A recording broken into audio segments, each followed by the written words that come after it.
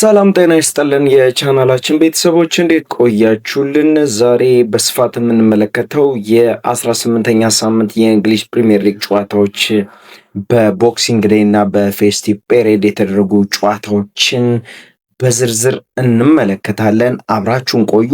ማንቸስተር ዩናይትድ በርካታ ወሳኝ ተጫዋቾቹንም ቢያጣ ጠንካራው ኒውካስትልን ዩናይትድ ማሸነፍ ችሏል። ማንቸስተር ሲቲ ከኖቲንግሃም ፎረስት ትልቅ ፈተና ቢጠብቀውም ወሳኝ 3 ነጥብ ማሳካት ችሏል። የሊጉ መሪ አርሰናል ቢጋቢ በተመለሰበት ጨዋታ ኤምሬት ስቴዲየም ላይ ብራይተንን ድል ማድረግ ሲችል፣ ሊቨርፑል ተከታታይ ድሎችን እያስመዘገበ በመቀጠል ወልቭስን ማሸነፍ የቻለበት ሳምንት ሆኗል። ቼልሲና አስቶን ቪላን ያገናኘው የሳምንቱ ታላቅ ጨዋታ በአስደናቂው አስቶን ቪላ ድል አድራጊነት ተጠናቋል። እነዚህን ጨዋታዎች በዝርዝር እንመለከታለን። ብቸኛው የቦክሲንግ ዴይ ጨዋታ የነበረው በዕለተ አርብ ምሽት 5 ሰዓት ላይ በኦልትራፎርድ ስቴዲየም ማንቸስተር ዩናይትድ እና ኒውካስትልን ያገናኘው ጨዋታ በማንቸስተር ዩናይትድ አሸናፊነት ሲጠናቀቅ በጨዋታው የማሸነፊያ ግቡን ያስቆጠረው በ24ኛው ደቂቃ ከቅርብ ጊዜያት ወዲህ በብቃቱ ሲተች የነበረው ዴንማርካዊ ፓትሪክ ዶርጉ ማንቸስተር ዩናይትድን አሸናፊ ያደረገችዋን ግብ ማስቆጠር ችሏል። በአሁኑ ሰዓት በርካታ ወሳኝ ተጫዋቾቹን ቢያጣም በኒውካስትል ላይ ያገኘው ድል በትልቁ አድናቆትን ማግኘት አስችሎታል።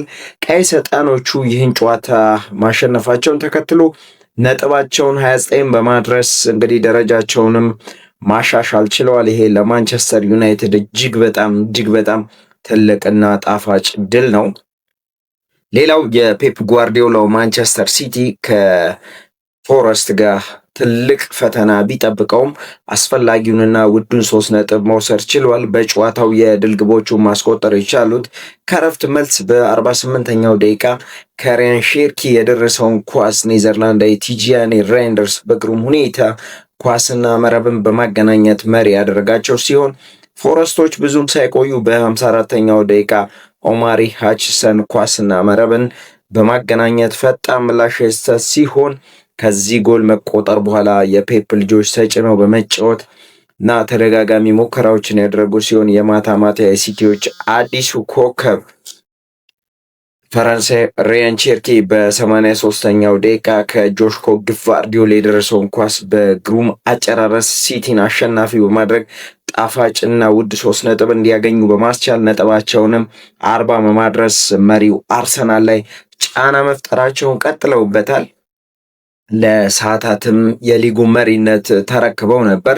ከዛ በመቀጠል 12 ሰዓት ላይ የነበረው ጨዋታ ለሰዓታት ከሊጉ መሪነት ዞር ብሎ የነበረው አርሰናል በኤምሬት ስቴዲየም ጋብርኤል ማጋላይሽ ቢጋቢ በተመለሰበት ጨዋታ ብራይተንን የረቱ ሲሆን በጨዋታው ለመድፈኞቹ ግቦቹን ያስቆጠሩት ገና በጊዜ በ14ኛው ደቂቃ ከቡካዮ ሳካ የተቀበለውን ኳስ አምበሉ ማርተን ኦዴጋርድ ኳስና መረብን ሲያገናኝ ከረፍት መልስ በ52ኛ ደቂቃ ላይ ከዲክላን ራይስ የተሻገረውን ኳስ የብራይተኑ ፈረንሳይ ተጫዋች ጆርጂኒዮ ሩተር በራሱ ግብ ላይ ያስቆጠራት ኳስ ለአርሰናሎች ሁለተኛ ግብ ሆና የተመዘገበ ሲሆን የብራይተን የማስተዘኛ ግብ ያስቆጠረው በ64ኛው ደቂቃ ዲያጎ ጎሜዝ ያስቆጠረ ሲሆን ውጤቱንም ተከትሎ አርሰናል ሊጉን በ42 ነጥብ እንዲመሩ አስችሏል።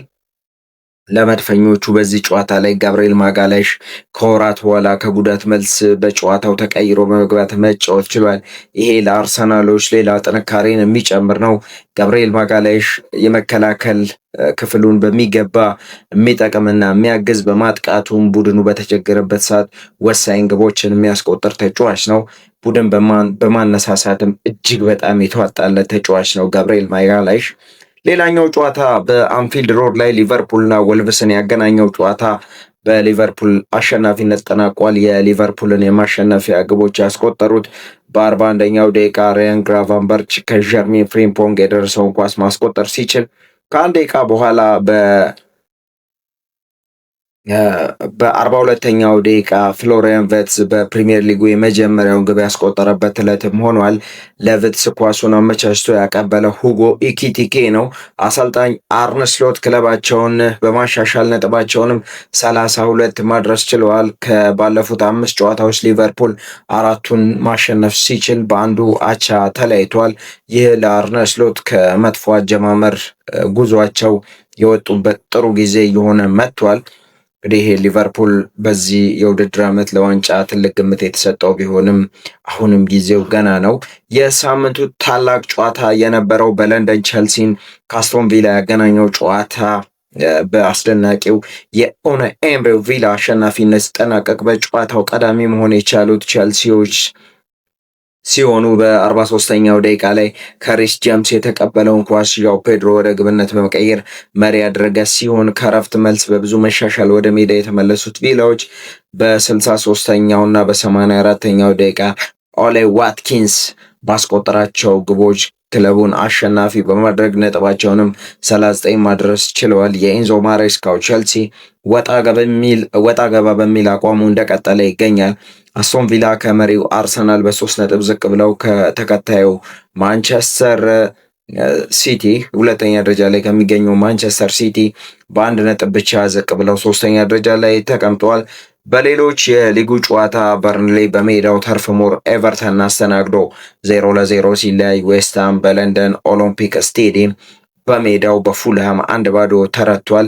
ብሬንትፎርድ በሜዳው ጄክ ስቴዲየም ላይ ቦርንመዝን አስተናግዶ 4-1 ማሸነፍ ችሏል። ሰንደርላንድ ሊድስ ዩናይትድ ያደረጉት ጨዋታ 1-1 መጠናቀቅ ሲችል ክሪስታል ፓላስ በሜዳው በሰለረስት ፓርክ በቶተናም 1-0 ተረቷል።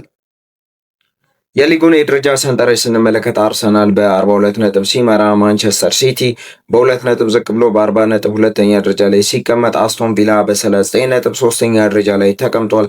ሊቨርፑል በ32 ነጥብ አራተኛ ደረጃ ላይ ሲቀመጥ፣ ቸልሲ በ29 ነጥብ አምስተኛ ደረጃ ላይ ተቀምጧል። ማንቸስተር ዩናይትድ በተመሳሳይ 29 ነጥብ ስድስተኛ ደረጃ ላይ ሲቀመጥ፣ ሰንደርላንድ በ28 ነጥብ ሰባተኛ ደረጃ ላይ ሲቀመጥ፣ ወራጅ ቀጠናው ላይ የሚገኙ ክለቦች ዌስትሃም ዩናይትድ 13 ነጥቦችን ይዞ 18ኛ ደረጃ ላይ ተቀምጧል። በርንሌ ነው በ12 ነጥብ 19ኛ ደረጃ ላይ የተቀመጠው። ወልቭስ በ2 ነጥብ 20ኛ ደረጃ ላይ የተቀመጠ ክለብ ነው። የመጨረሻ ደረጃ ላይ የሚገኙ ክለቦች ሆነዋል። የከፍተኛ ግብ አስቆጣሪዎቹን ስንመለከት ኤርሊንግ ሃላንድ በ19 ጎሎች ሲመራ፣ ኢጎር ቲያጎ 11 ጎሎችን አስቆጥሮ ይከተላል። አንቶኒዮ ሴሜኒዮ በ9 ጎሎች ከበርንማውዝ በሶስተኛ ደረጃ ላይ የተቀመጠ ተጫዋች ነው። ሁጎ ኢኪቲኬ እና ዶሚኒክ ካልቨርት ሊውን በ8 ጎሎች ተከታትለው እየመሩ ይገኛሉ።